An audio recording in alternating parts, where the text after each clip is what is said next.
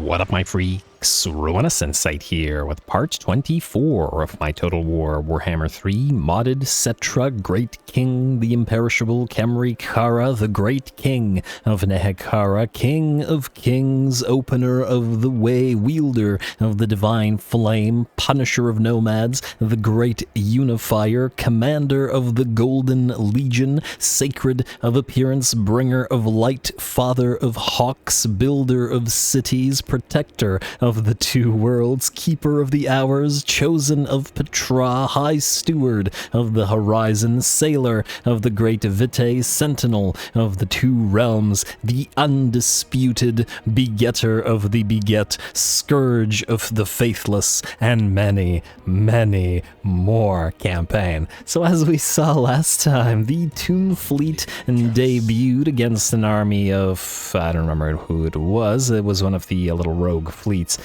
sailing around out here, and we did reasonably well, though we'll probably get a proper fight against either Warband himself or the high-tier defenders at Blackclaw Lair, which should be maxed out or healed up, rather, by the time we get to them. In addition to that, we had some great fighting against the Dark Elves. I'm just very glad that Malice turned out to be, I believe, the strongest faction on the entire map other than the Broken Slaaneshi, and that he was so close to us, because it's given us some nice fights, with Lamazage taking 3 of the enemy armies at once in a, also Slaaneshi giggle, in a fantastic hill defense. And this time around, well, we're going to continue doing what we're doing. We are certainly hurtling towards the end of the campaign now, as obviously interest in the campaign has sadly begun to drop by a fairly considerable margin. Well, we got 2 books to find, and, well, books we shall have. At least this one is close to Panet, and now that we've vassalized Zandri, we should be on the way rather soon.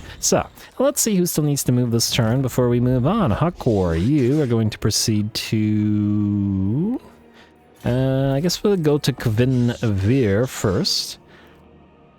I wonder if Queek's hanging out exactly here at Carrickmonar now. I guess we're about to find out. Is there anything here? No, doesn't look like it. We'll auto-resolve you for obvious reasons. Occupy. Again, we don't really care about these territories. And a Trickster's Helm. Huh.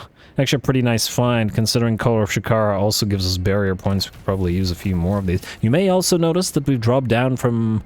what was it, 17,000 canopic jars to a mere 540 between the episodes, and admittedly I've been doing this periodically here and there between the episodes as well throughout the campaign, but this time in a bigger amount, bigger number.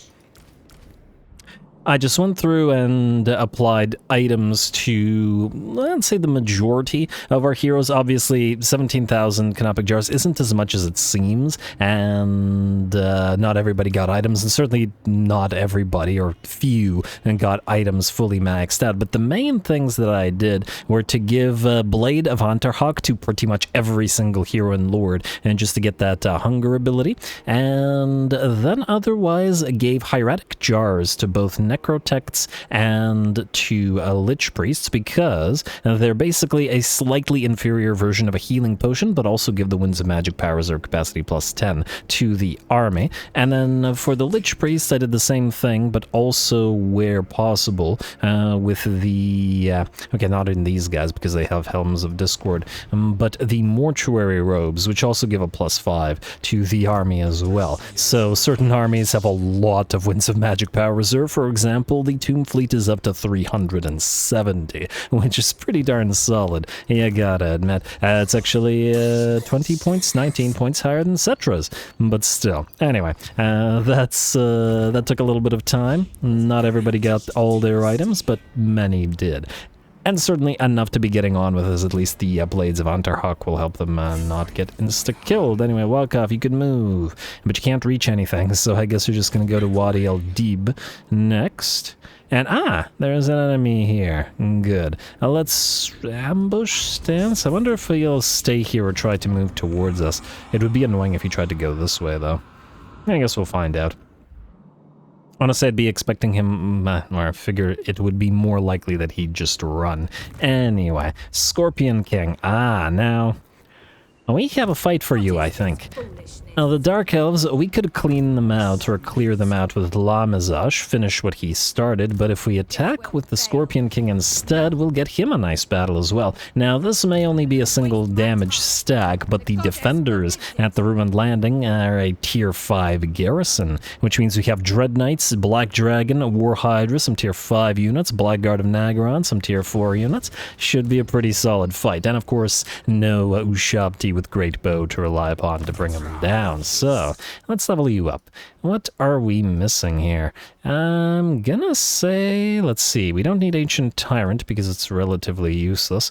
I guess we'll go through, actually, you know what, I was gonna say Hard to Hit, but Conqueror and Blade Master might be more valuable because of the Sphinxes have extremely low melee attack.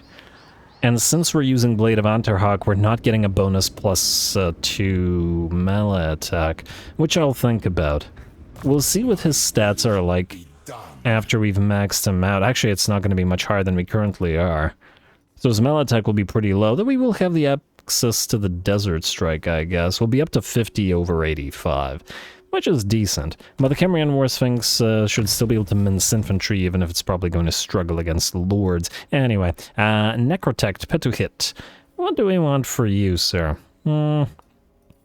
We don't need strengthened incantations. Okay, we have the important stuff here, so I guess we can start moving through Hard to Hit. Always need as much Hard to Hit as possible on pretty much everybody. You, Mage. Do we need Petra's Incantation of Righteous Smiting in this particular army? I mean, we do have a decent amount of artillery pieces, maybe. Might as well max out the magical capabilities. Again, I don't really care that much for Usirians, but who knows? And we do have a unit of Cold One Dread Knights, and the speed reduction may be a counter to them to some degree here. Prevent them from moving on, and though we do have the Halberdier variant of Tomb Guard here. Anyway, I believe that's all we gotta do, so let's mosey on in and see how we face off against the elite garrison of these guys with a nice Scorpion-centric army. Pyrrhic victory, and we'll find out. Go.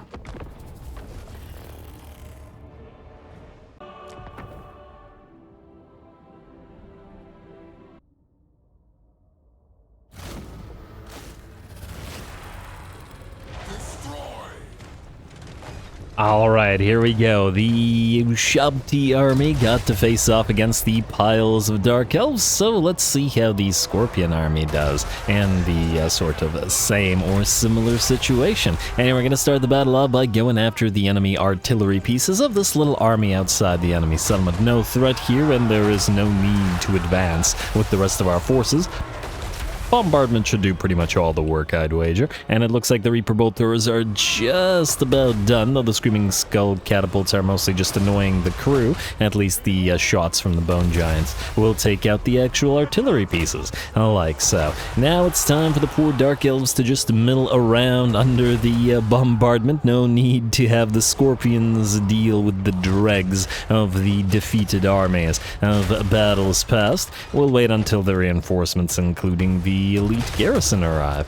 And I'd wager not much will be left of these guys by the time they're there. Oh, well, actually, the Shades might survive because we can't actually see them, but that's just fine. The Scorpions, of course, and the Tomb Guard will wait, at least for now. We'll see how many of the enemy move towards us, but at the same time, we want to be able to make sure that we counter a few of the enemy forces, like the Black Dragon and the Cold One Dread Knights.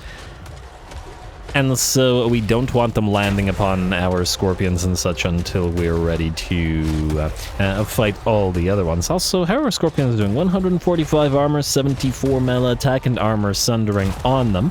631 weapon strength. Pretty solid as well. Other 203, eh? Well, sounds good to me. Oh, 1,000 weapon strength on the Scorpion King there.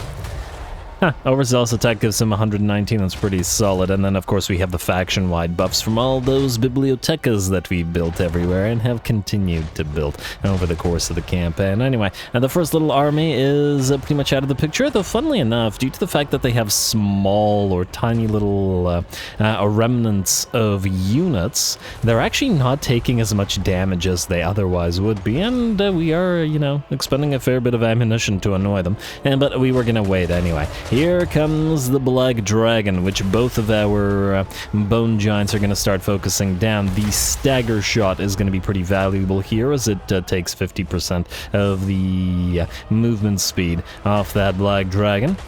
Actually stopped in place, and that caused it to dodge a shot from the Bone Giant, though not from one of the Screaming Skulls. Anyway, the Dragon is down to nearly half HP, and the reason that we've had one of these Skull Catapults firing at the Dragon as well is because of the anti-missile resistance from Take Cover and the minus 14 leadership bonus that sees the Black Dragon get the heck out of there all that much faster.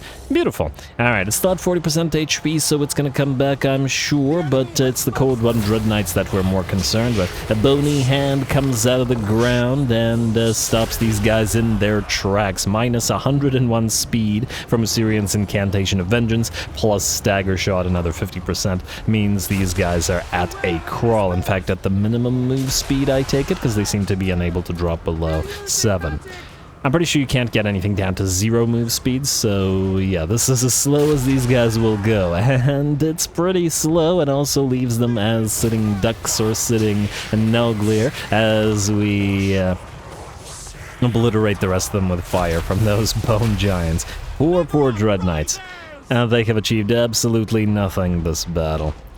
Alright, well, the Bone Knights, the Cold One Dread Knights are out. There is a War Hydra moving in, and it looks like the Black Dragon is coming back as well. A couple more parting shots into the remnants of those Dread Knights, however, and before we switch instead to the Hydra. Would have been nice if we had another Assyrians to cast upon it. Again, not for the damage, just for the slowdown, but all good. We'll hope that the Bone Giants can deal with it instead. The rest of the enemy army is moving towards us, and now it's time for us to shadow their movements and move towards them as well.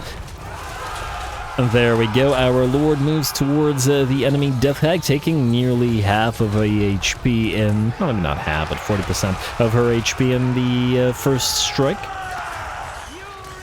Our Tomb Guard take up position to make sure that we take advantage of the sort of hillside or cliffside that we have here, the impassable terrain, to block off as many of those Dark Elf units as possible, while the Scorpions move on in, with two purposes in mind, not just to anchor the line, but to move ahead of the line and prevent any enemies from taking advantage of their charge bonuses, breaking their charge, annoying them, damaging them, and also keeping them as a sort of, viable targets for our Screaming Skull Catapults. Quite effectively by the looks of it, I might add. In the meantime, the Black Dragon attempted to return, only to get, if not quite shot out of the sky, shattered once more. The Hydra over on the left flank is still taking hits, and the tree saves it from that one. But that's alright. We're going to move our Lord to intercept the Hydra. A little bit of help from Settra's Chosen here. That probably hurt our own unit, but all good. Just to make sure that the Hydra can do little, and it breaks pretty much immediately upon contact with our units. Otherwise, the enemy main line is in disarray, with their elite units having achieved little to nothing. In this particular battle, it's only an infantry clash, and while the Tomb Guard with halberds hold the infantry down, and these Scorpions do damage, this one apparently done with what it was doing. And the battle is very much in our favor at about 90%. It looks like these guys have no chance here whatsoever. And we don't need that huge hill to protect us like Lamazage did. A little bit of halberd on halberd action in the center of the battlefield, as the Black Guard of Nagaron, now horrifically outnumbered by the Tomb Guard, are certainly looking like they're getting overwhelmed, and there were 2, I believe, or 3 Black Guard of Nagaron units in the enemy army, and we focused them down with our Screaming Skull Catapults for pretty much the entire time that they were advancing towards us, so unsurprising that they got hurt, and now all they can do is attempt to run away while being torn to shreds by the Scorpions and by the Skulls. And there we go. With that, the enemy army shatters, and the battle is very much ours. Pretty much a perfect counter to this particular force.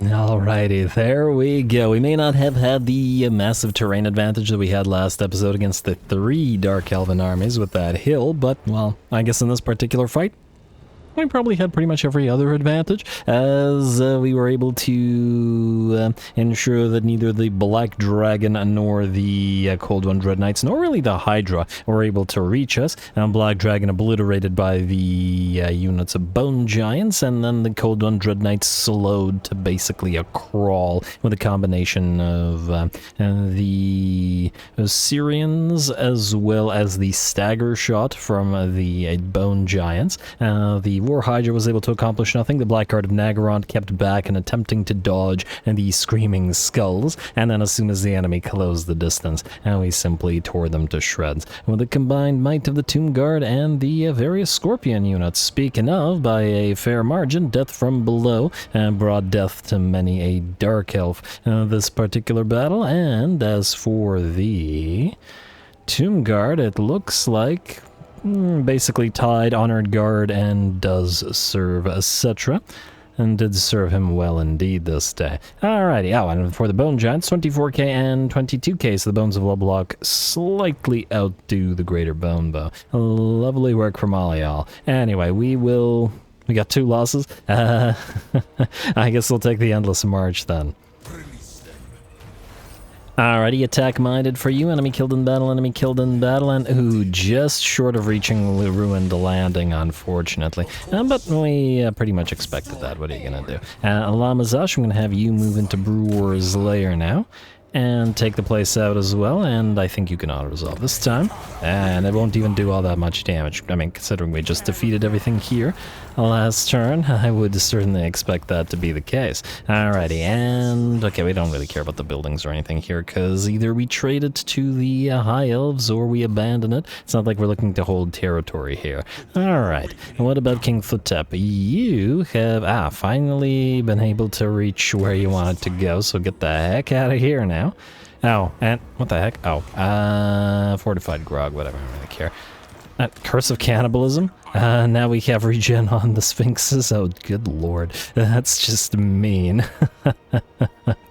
Oh, wow, okay. Yeah, funnily enough, the Tomb Princes were one of the units that I did not have enough Canopic Jars to give them items to. But again, we just don't have enough Canopic Jars to give everybody what they want. Kalita is fine where she is. She's recruiting for a while. Alcazar.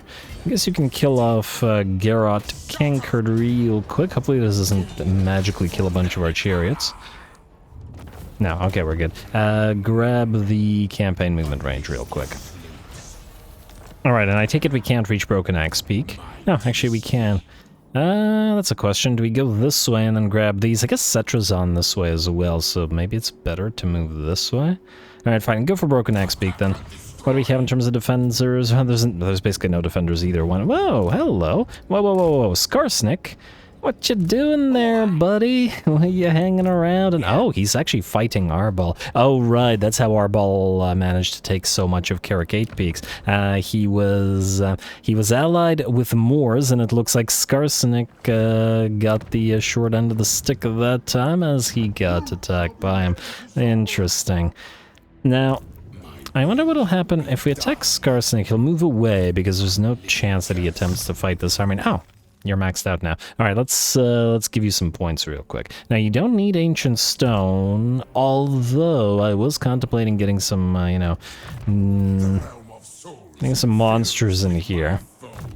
You know what, let's preemptively just give you Ancient Stone, and maybe we'll actually save some points. Actually, you know what, that's probably the better way to do it. Save some points. And grab Hard to Hit, grab Conqueror into Tomb Strike, into Woundmaker, and then over my dead body.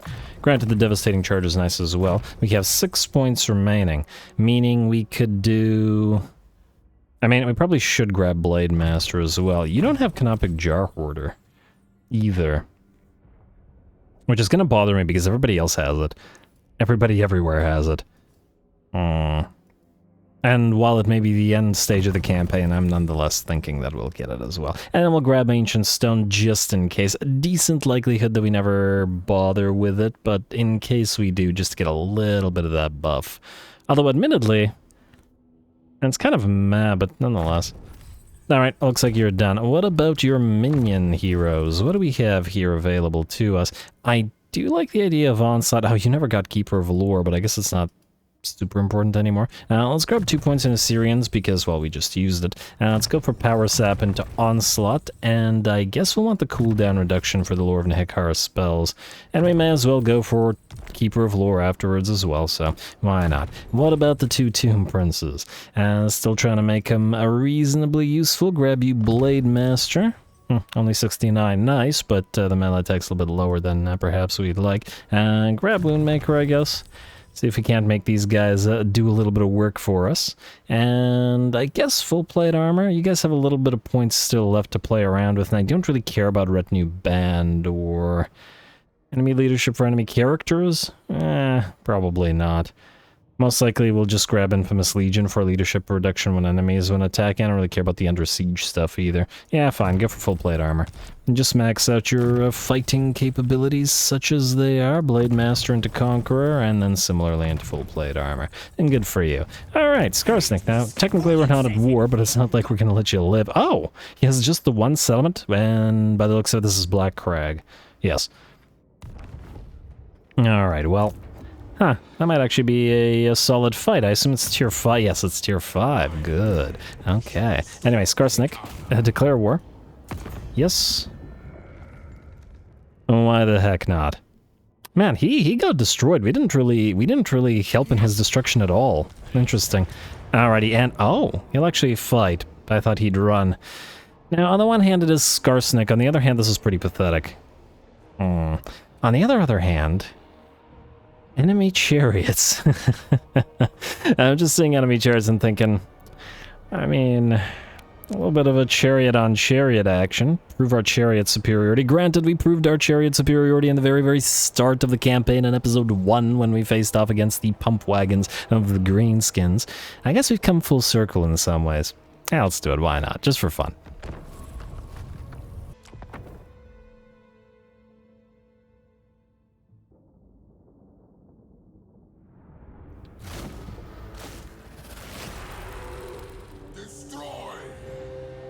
Alrighty, here we go. Alcazar, I'm sure, pretty happy about not having to deal with... Oh, wait, actually.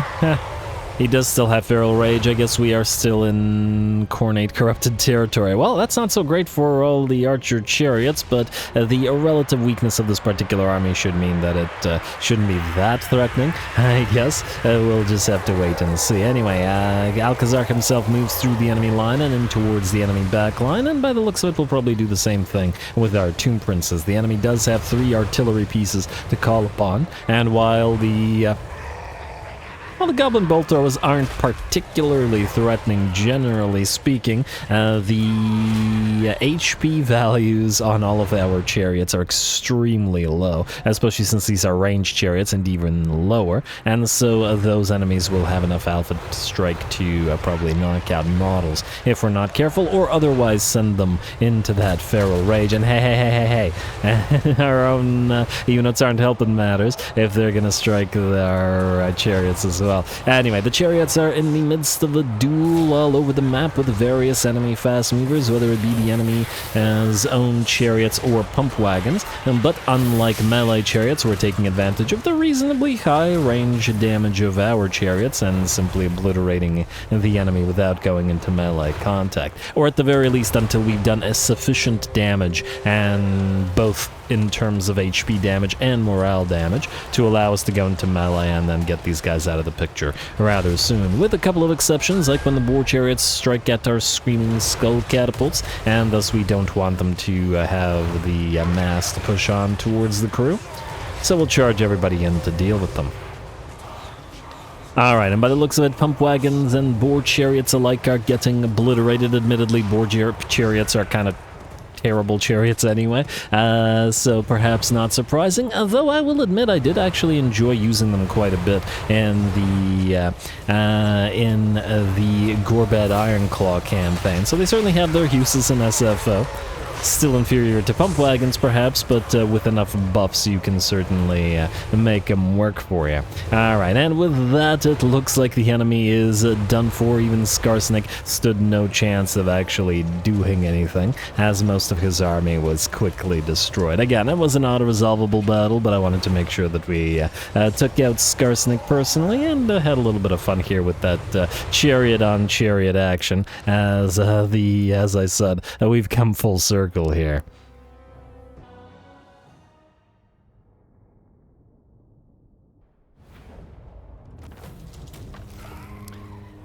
Alright, there we go. Unsurprisingly, Skarsnik got completely trounced, but I just wanted to make sure that we established some chariot superiority as compared to the enemy. Now, we can see that the chariots without the emblems of withering got significantly more kills, but if we take a look at their damage delta's gold value, it is significantly lower than the other chariots, because these guys hit the enemy line in the back, and thus were busy deleting enemy artillery pieces and range units, while our dune racers, etc., were fighting the enemy boar boy chariots, or orc boar chariots. Okay, whatever.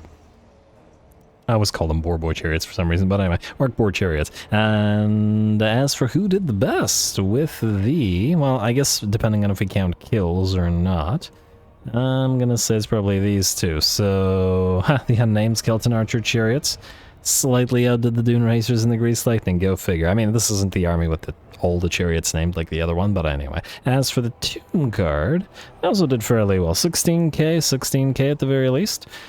Could obviously use the other tomb guard that died from this army, but it is what it is. And Casket of Souls, 21k, but actually not as much damage out of it in this particular battle as in previous. Mostly because the enemy didn't really have any blobs of units for them to fire upon. Another Executioner's Axe and a Sneaky Smiter if we should desire to ambush enemies with this army. But not ambush, auto-resolve this, and then I guess onward towards Black Crag. Alright, and then again, we'll just trade these guys. If the dwarves weren't such jerk faces that despise us, I mean, like, minus 595 heading probably to minus like 2,000, judging by the looks of they condemn. So yeah, we could have given them the mountains, but not this time. Guess we're just gonna have to kill them all. Plus, you know, their prejudice against the undead should probably not be allowed to stand either. Anyway, I believe we are good to go here and end the turn, so let's skip on by. Building upgrade, outpost upgrade. I don't think we have too much use of that anymore. Let's end the turn.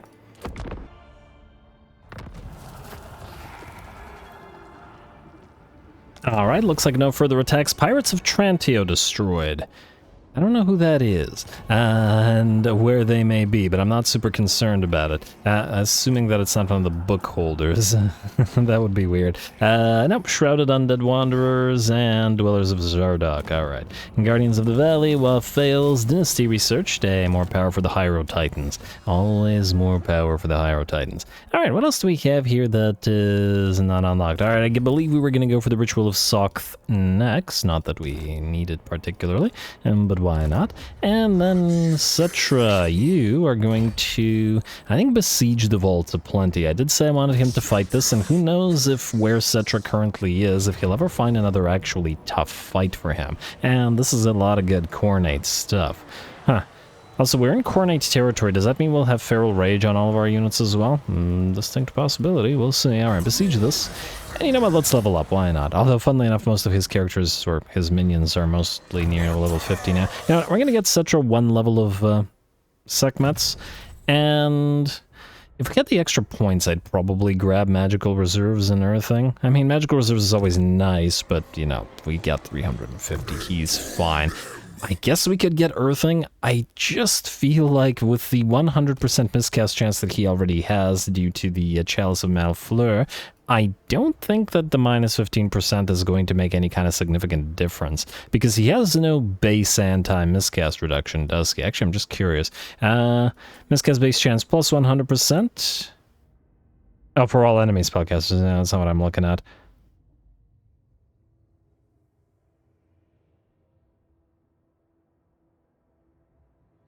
Yeah, unless I missed it, I don't see anything for his own miscast. Just in case we ever want to cast it, we'll grab Sekhmet's or Sakmet's and the other Nehekaran Lich Priest, or Lich Priest of Nehekar here, does most of the casting, so let's just get full plate armor. Put Settra up to an even 150. And we could get more devastating charge for another 30 charge, but he's already at 206 and way past diminishing returns in that case, and I think we'll be fine. Yeah. Admittedly, the armor is also kind of there, mostly because we have such insane amounts of healing at this point that we're not healing, well, such an insane healing cap, I should say, that Settra just doesn't care.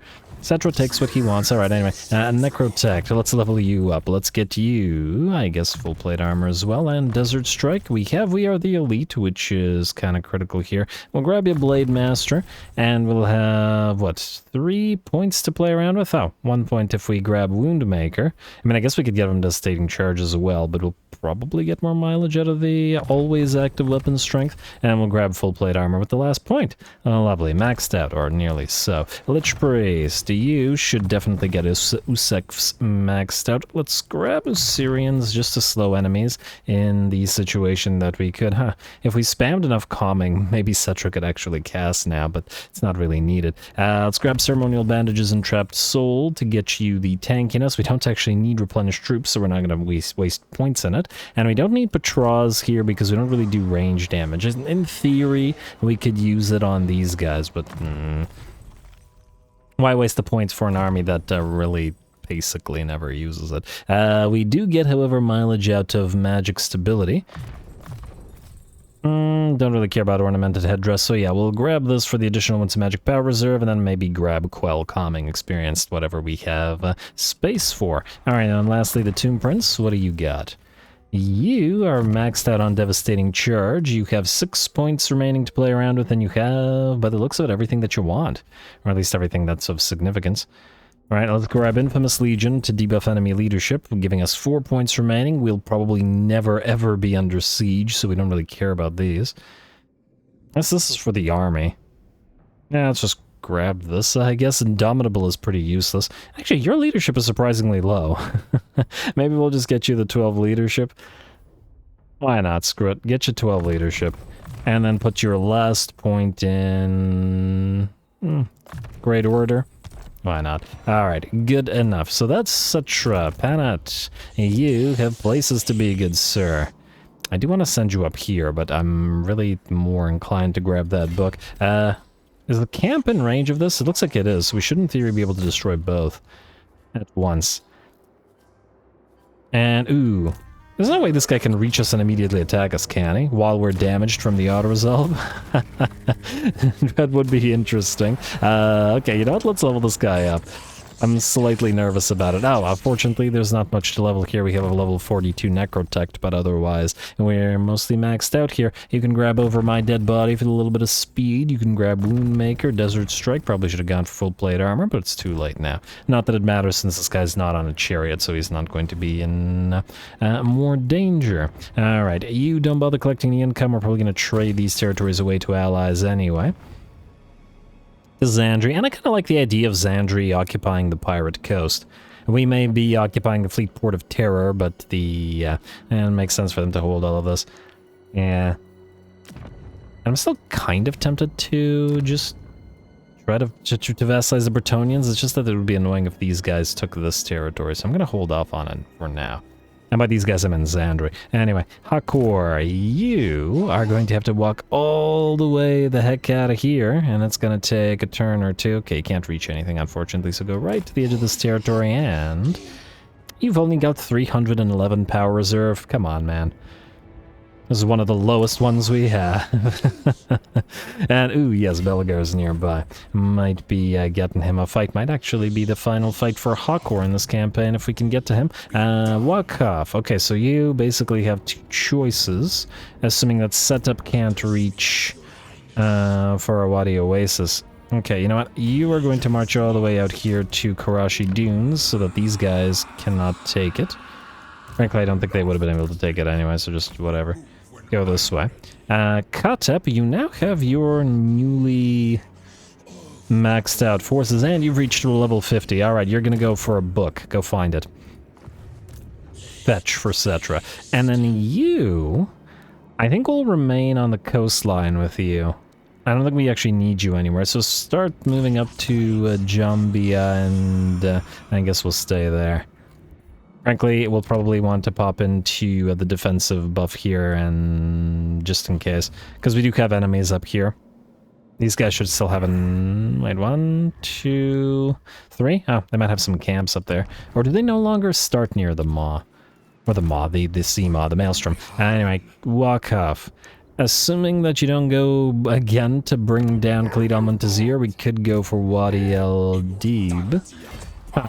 I wonder, would Khalid al-Muntazir march stance over here and fight Walkoff for the rest of them one last time, or do we just... I mean, last time Walkoff defeated 4 armies with Blood Knights and all this, so they have no chance here if they try this. Yeah, it's kind of a waste of time, to be honest. Mostly because we've already done effectively the exact same battle. I would, however, like you to leave the settlement and not stay in there, just in case this guy actually tries you. I doubt he will, but... give him a shot. Alright. And with us being severely damaged, who knows, maybe he'll actually try it. Foolish though that may be. Anyway, Rakash, you are going up to Mr. Gorbad Ironclaw. Huh. What's the likelihood Gorbad turns upon Makari Torsky? Well, let's go into ambush stance and see if he moves before we do, and otherwise reclaim Black Claw lair for these guys. We'll probably want to level here, though. What are we missing here? Well, let's grab Return in Madness and Embalmed in Elixir and the Ceremonial Bandages for you, since we have the red line buffs that we needed here. And the casters, yeah, they've leveled up a little bit as well. The heck? No, I accidentally clicked on one of the carrion. Yeah, I guess we're going to move towards Vicious Curses. I don't dislike the idea of Onslaught either, simply because it will allow us to theoretically... Oh, actually, you know, this was one of the few armies that aspect of the Dread Knight might be useful, because the leadership on Carrion is horrendous. Alright, fine. We'll grab those as well. And then we may want to grab Osirians to be able to hit things like trolls, so let's do that. We don't care about Patras, even though it technically does affect the Tomb Barks. But I'd wager they do most of their damage via their Kefra beetles, rather than their actual, you know, damage. Anyway, you are going to go and auto-resolve of what remains here. Huh, actually, wait. You're not able to immediately march back to Tidal Flats from here, are you? I wonder what your max range is. You know what, Lamazash, go southward, hit Ruined Landing. My favorite kind of landing. And then auto-resolve this. Huh. Actually, you know what? I'm not going to auto-resolve it with the Scorpions, because you know what'll happen? They'll go down to 1 HP. You can instead go back to Tidal Flats, and you should still be able to auto-resolve it just fine. And there we go. Efficiency. Efficiency in action. Auto-resolve? Yeah, see, Scorpion's getting hurt even against this garbage. Occupy? Poor Malice. The strongest faction in the game. Other than us. Reduced to this. There we go. And obviously we're not fighting those guys again, because we've already defeated them with more troops. Go for Worship of SF, and then go for the defenses. We'll be trading this to Emmerich anyway. You are down to a mere 4 settlements, strength rank 66, formerly, I believe he was the 6th strength rank. And again, the Slaneshi don't count, because they're bugged. Ice Court is next. Interesting. And they're pretty friendly with us. And Mahrok is next. Probably they've reached a tech level and such that they have a lot of armies running around as well. Which, you know, fair enough. So do we. Can't complain. Thotep. This way. You want to suffer attrition? Okay, I don't really want you to suffer attrition, or rather, I don't really want to deal with it, so just go here. Alright. And Kotep's gonna go for the books, so we'll send the Sphinx piles up somewhere. Hopefully we can find something for them to do. Oh! We could send them to Sartosa. This might be fun for the Sphinxes. Actually, this might be fun and dangerous for the Sphinxes. Lots of range damage coming in. Yes, decision made again. Alright, if we have time to do that, that's where that's where the Sphinxes will end their campaign. King Alcazar. Did I not move you already? Oh, alright. You wanna move... I'm kind of tempted to knock out Grosdrung anyway, so let's take a step back and grab that just so that we don't have to send Settra up here. And then perhaps we will go for Black Crag with you as well. Hey, Scar Bloodrat's back. Cute. Yeah. Anyway, what else do we have? Ah, Jucht has completed his recruitment. What has not been completed is the fact that I've been waiting for... you know how there was a... remember how I kept looking for that Necrotech that I never got again? I don't remember, the special Necrotech that gives additional speed. Yeah, there was also and the special Tomb Prince. Well, we at least got one of those. There was a fire damage type, I think it was a Lich Priest. I've been waiting for a while for one to pop back up. So for now, Jock, you're just going to keep moving with the new recruits. Maybe one will pop up for you. What the heck? Why did you go by land instead of going out of Khemri, which is a port, you little... maybe he wants to embark out of the crossing. Does it take no extra time to embark out of the crossing like this? Does anybody know? Like the river, the ford, the land bridge? You'd think that it would be faster to embark out of a port than a random land bridge, but I could be wrong. Anyway, let's do the building real quick, and then onward and next turnward. See if anybody attacks us. Alright, some real quick upgrades. There's not much admin to do in the sort of tail end of the campaign, especially since we're not really taking any more territory. Hidden Sanctum and Hidden Sanctum, easy. And what do we want here? Wadiel Gutani, are you close enough to the enemy? No, I think you're okay. I think you're just fine. I guess we could build some of these for you. Go for the Necros or Pyro Titan statue. Alright, Western Barrier Idols. And then upgrade you, and then you're fine. Sarah Desert, you're going to be traded away. Let's build you some defenses. And, oh, do we want to make you worth more? I don't care. Whatever. East Gate, what do we have here? Probably going to be traded away. Actually, no probably about it. We don't care about 8 Peaks. Necropolis at Portal of Twilight. Nice. Alright, and you can start collecting income now. Why? Just because. It's the principle of the thing. You don't really need income. We don't need income. We are long past that point. If I wasn't too lazy, or if this wasn't the end of the campaign, I'd probably get a little bit more in the way of trading or gifting, that's the word, a lot of money to our allies. And I have done it a few times between the episodes, but I don't really foresee the need anymore. Should we start building the... Yeah, we should start building the Faded Pyramidians. In fact, well, keep the defenses here for one more turn, but I assume that Khalid al-Muntazir is not going to be able to do anything here. Hall of Heaven, okay, we definitely need the defenses in all of these places, though, because they're coastal. And we certainly don't want them to get destroyed for no reason. Alright, looks good to me, and then Split Tusk. Oh, as soon as Khalid is out of here, we can just trade this to Emmerich, so let's just do that, and then... Oh, you know what? Go to the animal store. Also, please, Emmerich, take this. Don't make us go over here and do it for you. Just please. Alright, what about to right? Oh, Katep. I shouldn't have... Wait, we had one more turn until the Casket of Souls. Did I sail him out already? Oh, I did not. Oh, that worked out perfectly. I mean, that was completely on purpose, guys. Completely on purpose. Skip, and turn. Alright, there we go. Pyrrhic victory and casualties high. Always a nice thing to see when the enemy is facing off against Settra. Let's see how we do. Now, do we have Feral Rage here? We do not. Alright, so we are safe to use our chariots. And the sort of complete counter that the enemy does against our chariots is quite annoying with Feral Rage, so at least Settra gets to use them. Yeah, anyway, go.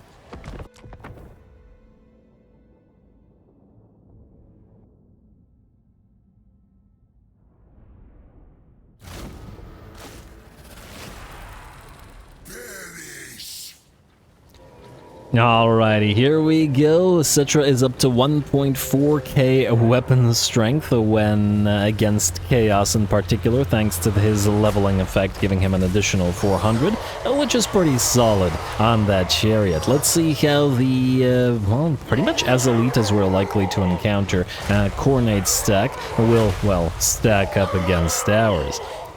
Alright, of course, the chariot. Settra will move on in first, and nothing here is of any kind of threat to him. I'm willing to bet Settra could take an army himself without too much trouble, as once again, he has so much healing that unless he's sort of against an army specialized to be anti-healing, Like maybe a Stanka's army, but then would a Stanka's army be strong enough to deal with him anyway? I'm not sure. Yeah, unless there's an army that's specialized against that, I don't see them having too good of a time. Anyway, I was hoping that the Bloodthirster would land and attempt to face off against Settra, but they have one Bloodthirster and we have one Necrosphinx, and I suppose it's also only fair and that the two face off against each other, though it looks like the Bloodthirster has called a few of those Minotaurs of Khorne to help out. Anyway, said Bloodthirster has lost half of its HP, and the Sphinx of Usek has lost 10%, and it looks like that portion of the battle is in our favor,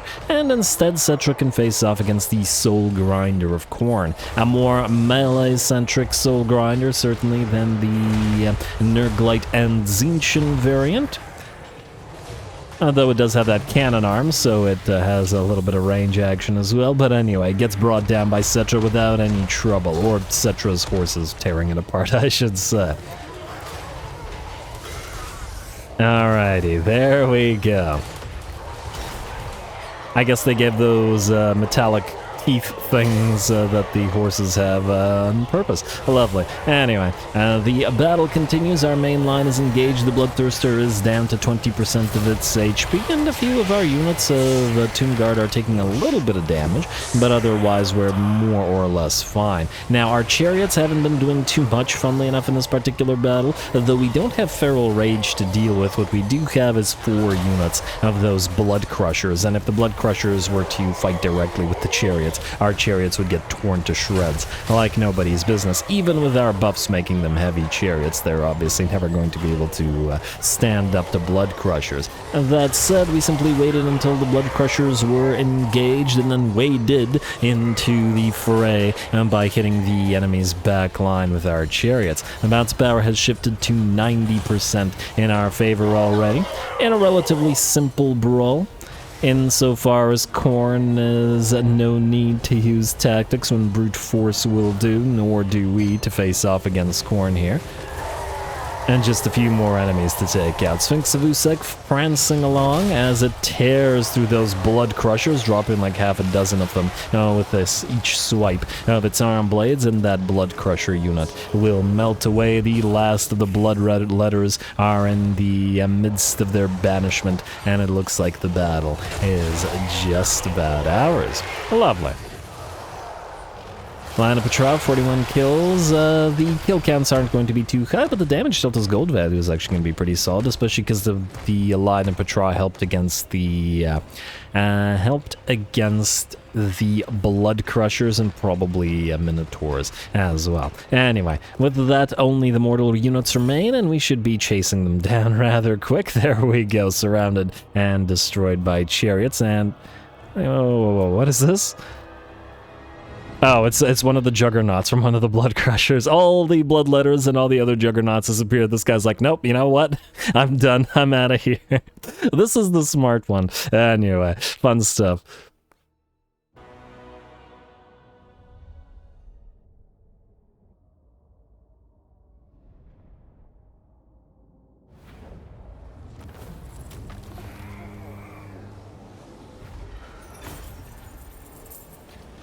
Alright, there we go. Decisive victory. Certainly the enemy did give us a fight, especially some of the Blood Letters.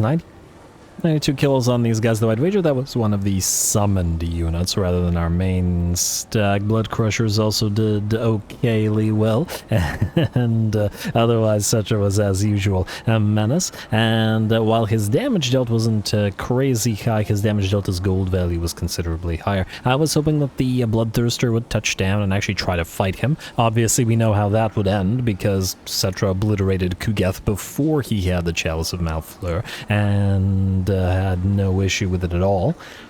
But at least it was a nice fight for the Sphinx of Usek, who just tore that Bloodthirster to shreds. Otherwise, as for how we did, well, the chariots admittedly didn't do too much in this battle. The Glory Chasers and Wheels on Wheels both did rather decently on the right flank, rather, and the Imperishable Guard, aptly named, outdid all the other Tomb Guard. For the Sphinxes, it is the Lion of Petra ahead of the other two, and for the boats, very, very close to being tied, Boat of Charon and the Bone Boat are both pretty good. Lovely.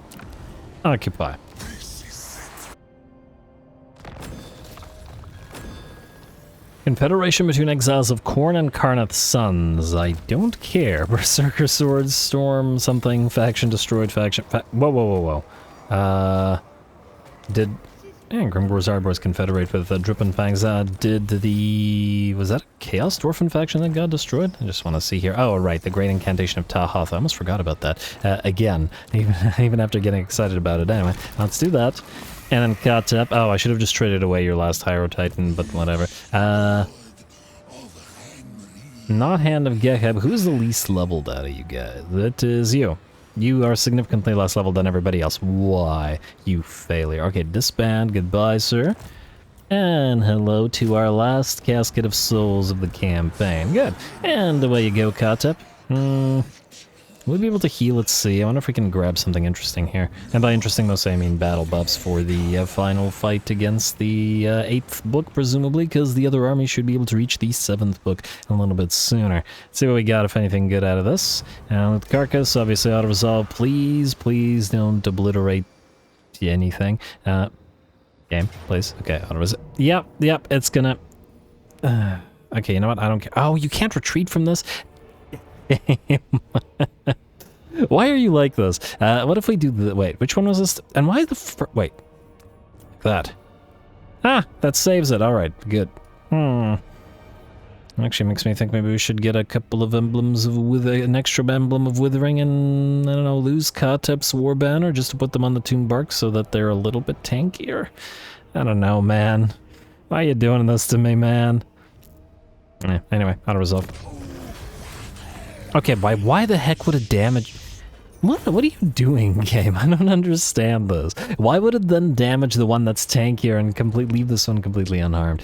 Absolute insanity. Anyway, let's bind. Souls actually won't help. Well, can't heal single entities that way. Alright, so let's hope that we can heal at sea well enough. We should still have maxed healing.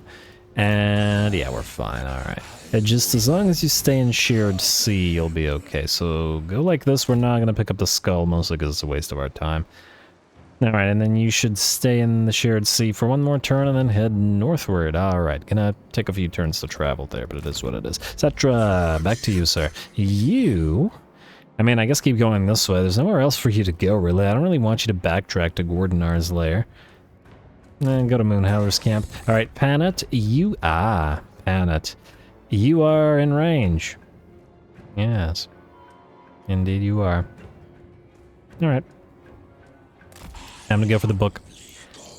Now, out of curiosity... Ooh, wait, let's also get a tech. What are we missing here? Alright, so just these two. Sphinxes, Necrosphinxes, and War Sphinxes. That looks good to me. Alright, Abhishek Bloodgatherer. Ooh, yeah, that's some nice stuff. All high rank, and their stats are super buffed by the fact that this is a book army as well, which should be pretty fun. Lots of monsters. Bestigor, Savage Orc, Biggins.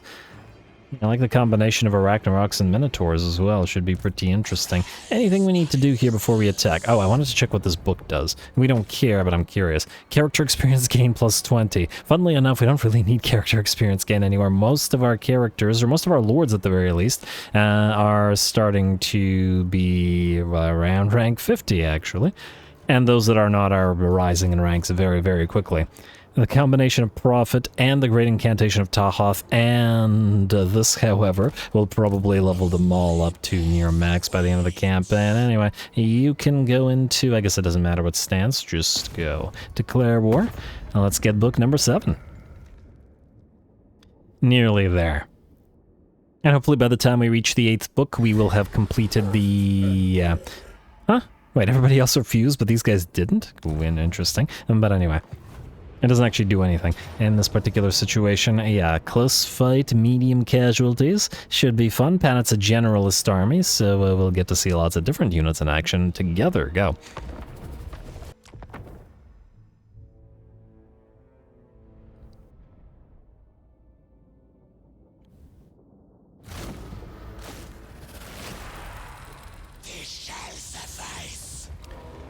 Alrighty, here we go. Panet to face off against the Dwellers of Zardoc and Abhishek Bloodgatherer in what is bound to be a nice, tough fight. All max veterancy on every single unit, plus the buffs that they get from being a special army.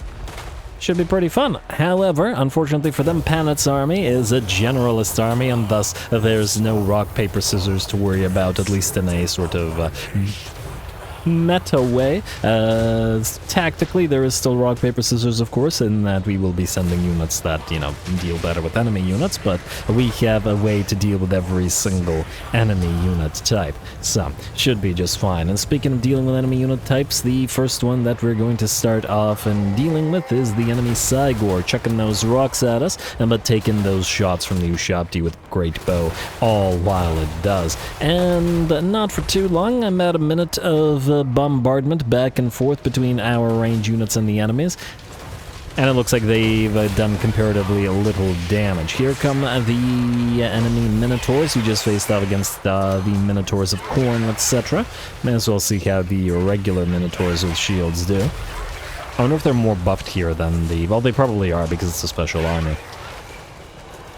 Than the Minotaurs of Khorne would be. Anyway, the enemy army is annoyed with the loss of their artillery. They have no choice but to move towards us. The Arachnaroks are barreling towards us as we speak, and it looks like the enemy cavalry are trying to take advantage of the holes in our battle lines to engage our Ushabti with great bow. We are going to move the Nehekar warriors to intercept. Not an ideal matchup, but everybody else is a little bit busy. We got the Tomb Guard trying to block off the enemy Minotaurs to apply their anti-large, and similarly we have the cavalry fighting it out on the left and right flanks. There are boar boys and there are centigors, and such we send the halberd wielding units of Necropolis Knights against the boar boys, and then the non-halberd wielding, the anti-infantry, the non-anti-large variant of Necropolis Knights against the much more fragile centigors, where we should still be able to win the fight regardless of the lack of anti-large. Alright, more Centigors, of course, as the enemy has greater cavalry numbers than we do. We'll move on into our front lines, but the anchors in the form of the Hyro Titans will make sure that they can achieve a little. Same thing goes for the Arachnarok Spiders, shot up as they were by the Ushabti with great bow, and then as soon as they move towards us, blocked by the Imperishable Effigy and the other Hyro Titan. They're not perhaps as tanky as the Hyro Titans in Katep's force, but still plenty tanky enough to deal with the enemy Arachnaroks. And there we go. Looks like the enemy is finding no purchase here. The single army, and not enough to overwhelm our front line and get to our Ushabti with great bow, which thus we're able to stay in range and keep firing for the entire battle. And with that, the enemy is completely countered, and the battle is ours. Oh, lovely. Their cavalry got obliterated, their monsters got shot down, and our main line held just fine with comparatively little damage. Well done. Compared to the army that La Misage faced off against and nearly lost against, with, like, I don't know, very few of his units remaining and a bunch of his Ushabti destroyed, this was comparatively considerably easier. But yeah, fighting those Waste Stalkers is always just such a hassle, because they hit as hard as Ushabti with great bow do, except they're also in stock, and they will skirmish away and fire while they do. But anyway, I digress. The book is ours.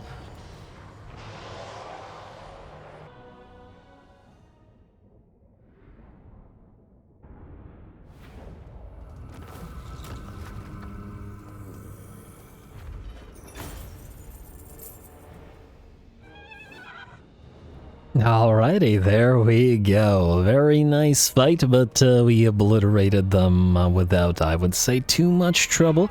Certainly we had an answer for everything that the enemy army had here on Panet, who was our, I believe, second lord that we got after Settra, who spent a decent part of the campaign just following Settra around, being his sort of troop ferry, or troop train for his bonus troops, was then rewarded with a generalist army, which I rarely do do. I like themed armies more because they tend to have actual strengths and weaknesses, as opposed to the jack-of-all-trades army, which can just deal with any kind of threat whatsoever. But anyway, that was Panet's reward, and he certainly made good use of it. And we have the 7th book now, and I assume we'll need to chase these guys down, so I'm going to go ahead and, I guess, bind souls.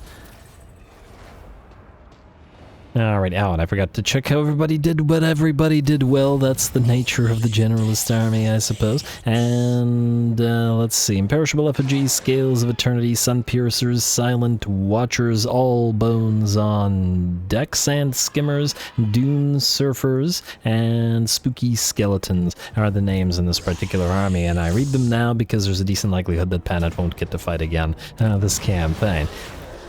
Great final fight from, and of course it's going to hurt our Tomb Bark, our single Tomb Bark, because it always does. Endless March. Will the Endless March allow us to heal here? It will not. Hopefully we can still auto-resolve what remains here. I'll be slightly annoyed, but anyway, there we go. We're at 7 out of 8 books, folks, and then there was 1. Akor. You want to grab Karagaloon before these guys build anything up? I guess we could do that. I do wonder whether you'll be able to auto-resolve this. I guess we're about to find out. Pure quick artillery, medium casualties. Yeah, we can auto-resolve. Wait a second. Unless this is full of rats? No, it's not. Okay. Well, this could be full of rats. Well, you know what? If it's full of rats and we're severely damaged, then we'll just deal with it. If we can beat our ball with 2 armies, this is certainly not going to be of any kind of threat. Alright, there you go. All that work our ball did through the course of the campaign to take 8 peaks. All for naught. And, ooh, wait, I would like to see... How's Nagashazar looking? 2 more turns until tier 5 for the landmark. Probably won't be able to use the units that we build out of it, but, you know... Just want the landmark for the principle of the thing. Setup. You can take out what remains of Khalid al-Muntazir's forces, and this faction is pretty much done for as well. You walk off, will head to Dakasur. And, oh, actually, I'm probably not going to let you auto-resolve it. Again, we've defeated them enough times to know that the giant piles of trash are not going to be effective against our troops, so we're not going to bother going after them again. And don't get me wrong, I really enjoyed the fights against them that we did have. Alright, then you can hit Dakasir, I think, or you can at least try to hit Dakasir. And, oh, okay, fine, fair enough, you're gonna have to do this. Probably should, alright, I forgot we never got him a siege attacker trait. Probably should have gotten him a, I don't know, something. I like his army as it is, though, so, you know. It was probably my favorite army in the campaign. Yes, I'm biased towards the Sepulchral Stalkers, but it was a generally very fun composition of them and the Skeleton Horse Archers. Especially since I like the Skeleton Horse Archers a lot more than the regular Skeleton Archers that that are offered by the game, I guess with the exception of the Legion of the Asp from Khalida. Anyway, folks, with that, I think we're out of time, and I'm going to call the episode here. There's a few more moves to make, but I'd wager not all that much. Next time might be the last episode of the campaign, depending on how long it takes Katep to reach his final fight and grab the last book. And I guess to some degree how long it takes the Sphinxes to reach Ekarzan's Deep and go after those enemies there. Gorbad. We might also fight you. You're kind of damaged now, so I'm not sure whether your army is going to be as interesting as this fight. Oh, he he killed off the little army that was out here, but then our ambush didn't succeed, which is why he didn't run away immediately. I'll think about it. Certainly got to do something with the Tomb Fleet, either here or there, just to see them do their thing. Anyway, a little bit more Settra to come, 1 or 2 episodes, depending on how the next one goes, so stay tuned. Don't forget to leave those likes and comments below. All glory to the algorithm, and thanks for watching.